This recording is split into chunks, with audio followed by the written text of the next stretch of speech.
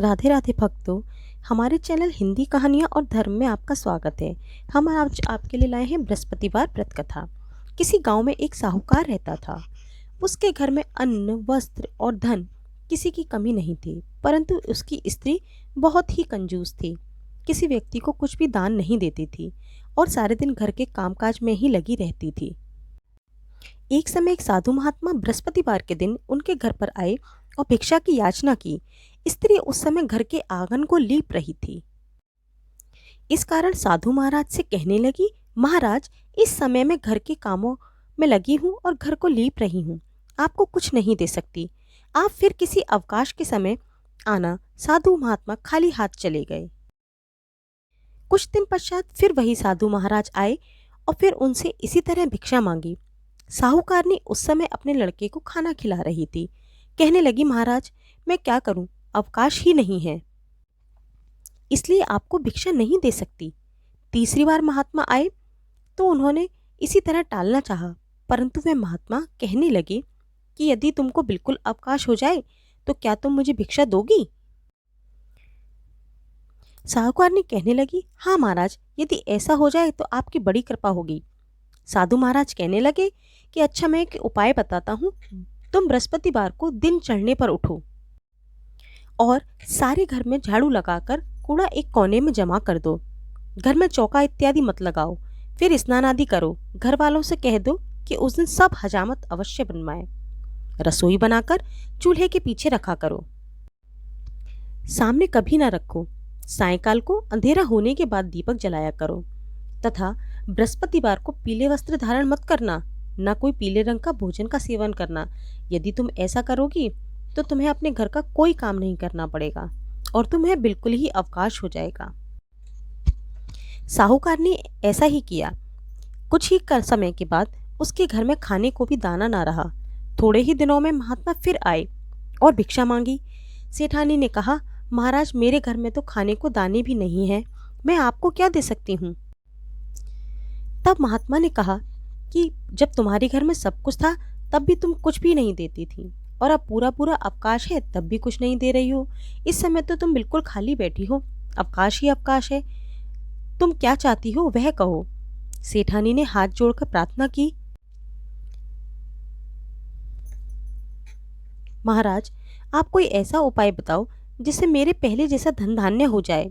अब मैं प्रतिज्ञा करती हूँ कि आप जैसा कहेंगे वैसा ही करूंगी। तब महात्मा जी ने कहा, बृहस्पतिवार को प्रातःकाल उठकर स्नान करो, घर को गाय के गोबर से लीपा करो, घर के पुरुष हजामत ना बनवाएं, भूखों को अन्नदान पुण्य किया करो और ठीक सायंकाल दीपक जलाओ। यदि ऐसा करोगी तो तुम्हारी सब मनोकामना भगवान बृहस्पति जी की कृपा से पूर्ण हो जाएंगी। सेठानी ने ऐसा ही किया और उसके घर में पहले से ही जैसा धन धान्य था वैसा ही हो गया। बृहस्पति देव की आरती। जय बृहस्पति देवा, स्वामी जय बृहस्पति देवा, छिन छिन भोग लगाऊं कदली फल मेवा। ओम जय बृहस्पति देवा। तुम पूर्ण परमात्मा, तुम अंतर्यामी, जगत पिता जगदीश्वर, तुम सबके स्वामी। ओम जय बृहस्पति देवा। चरणामृत निज निर्मल, सब पातक हरता, सकल मनोरथ दायक, कृपा करो भरता। ओम जय बृहस्पति देवा।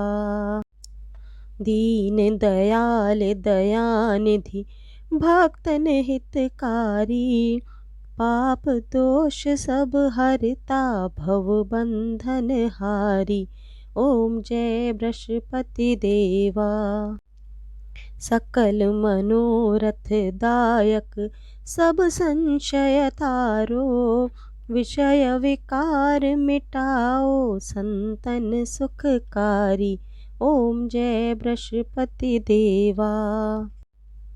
जो कोई आरती तेरी प्रेम सहित गावे, जेठानंद आनंद कर सो निश्चय पावे। ओम जय बृहस्पति देवा, जय बृहस्पति देवा। स्वामी जय बृहस्पति देवा, छिन छिन भोग लगाऊं कदली फल मेवा। ओम जय बृहस्पति देवा। बोलिए सब विष्णु भगवान की जय, बोलिए बृहस्पति देव भगवान की जय। इसी तरह की और धार्मिक कथाओं के लिए जुड़े रहिए हमारे साथ और लाइक शेयर और सब्सक्राइब करिए हमारे चैनल को हिंदी कहानियाँ और धर्म। राधे राधे।